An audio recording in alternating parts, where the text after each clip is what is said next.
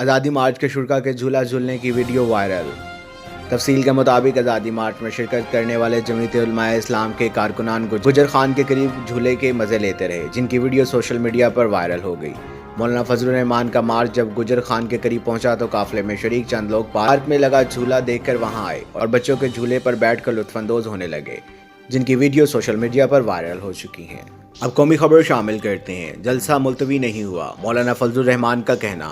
جمعیت علماء اسلام فی کے سربراہ آزادی مارچ کی روح رواں مولانا فضل الرحمان نے آج اسلام آباد میں ہونے والے جلسے کے ملتوی ہونے کی تردید کر دی۔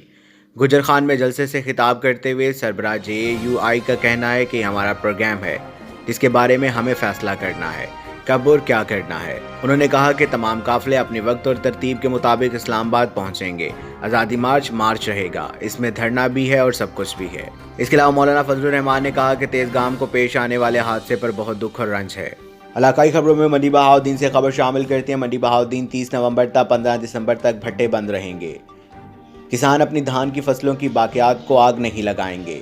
منڈی بہاؤالدین اسموگ کو کنٹرول کرنے کے لیے تمام تر صلاحیتوں کو بروئے کار لایا جائے گا۔ خلاف ورزی کرنے والوں کے خلاف شکایت کی صورت میں مقدمات بھی درج کروائے جائیں گے۔ ایبٹ آباد سے خبر شامل کرتے ہیں۔ گورنمنٹ پرائمری اسکول تھکریالہ ضلع ایبٹ آباد مڈ ٹرم امتحانات میں اعلیٰ پوزیشن لینے والے بچوں کے اعزاز میں تقریب کا انعقاد کیا گیا۔ اس تقریب میں کمیٹی ممبران، چیئرمین حافظ محمد ابرار اور دیگر ممبران نے شرکت کی، جنہوں نے والدین اور اساتذہ کی محنت کو سراہا۔